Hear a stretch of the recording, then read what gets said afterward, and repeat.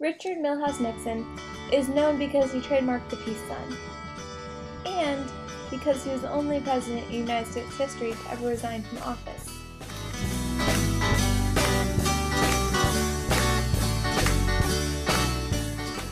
Over the course of his 6-year presidency, the American people lost faith in their elected officials.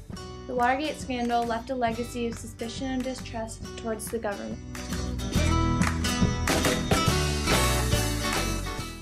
Nixon's characteristic paranoia and secrecy began long before the Watergate scandal.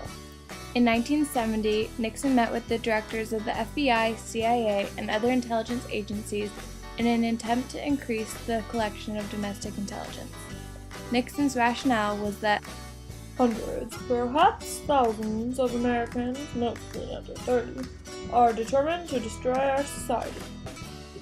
His perceived threat to United States security led him to approve the Houston Plan, which would expand the collection of domestic intelligence.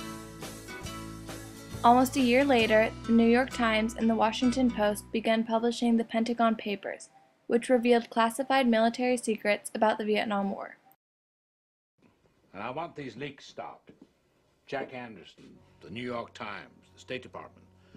I want to know who's talking to them. I'm sure you realize, Mr. President, that this is a very tricky area, given our charter and the Congressional Oversight Committee. Oh, screw congressional oversight. I know damn well. In response, Nixon assembled a team known as the Plumbers to plug the press leaks. They burglarized the office of the psychiatrist to the suspected informant.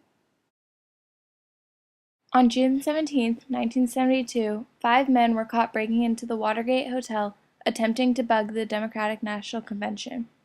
Over the course of the summer, the break-in was linked with CREEP, the Committee for the Re-election of the President. In November, Nixon ran for re-election and won by one of the largest landslides in American history. The following spring, the Senate Watergate hearings began, and the peace, strength, and stability Nixon had promised the country vanished. Presidential campaign activities. Here is NPAC senior correspondent Robert McNeil. Good evening from Washington. In a few moments, we're going to bring you the entire proceedings in the first day of the Senate Watergate hearings. Hearings to bear the truth about the wide range of illegal, unethical, or improper activities, established or still merely alleged, surrounding the re-election of President Nixon last year.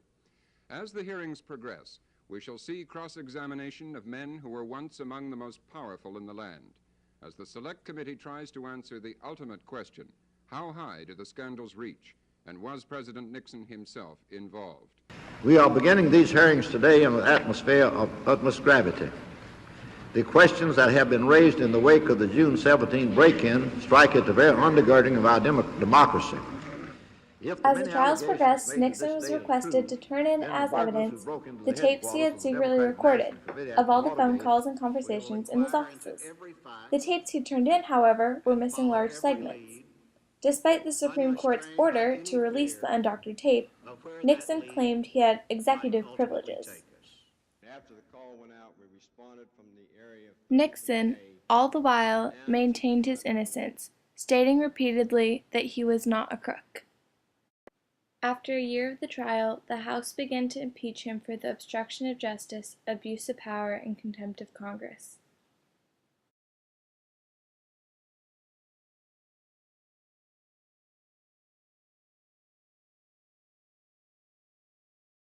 After it became obvious that the impeachment would be successful, Nixon decided to resign. On the morning of August 9, 1974, he turned in his letter of resignation. I want to say this to the television audience. I made my mistakes, but in all of my years of public life, I have never profited from public service. I've earned every cent. And in all of my years of public life, I have never obstructed justice.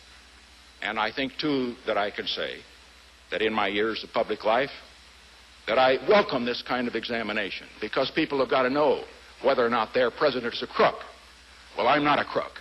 I've earned everything I've got. Years later, in an interview with Sir David Frost, he acknowledged the damage he had done to America.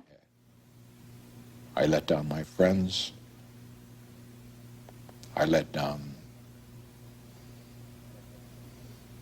the country. I let down our system of government and the dreams of all those young people that ought to get into government but will think it's all too corrupt and the rest. During the Watergate scandal, a revived interest in investigative reporting was formed. Through the public's increased suspicion of the government, a new, more aggressive media became the watchdogs for government corruption. Our current media plays a bigger role than ever in covering politics and frequently revives the memory of Watergate. The suffix "gate" has become a term to refer to scandals that have been uncovered by the media.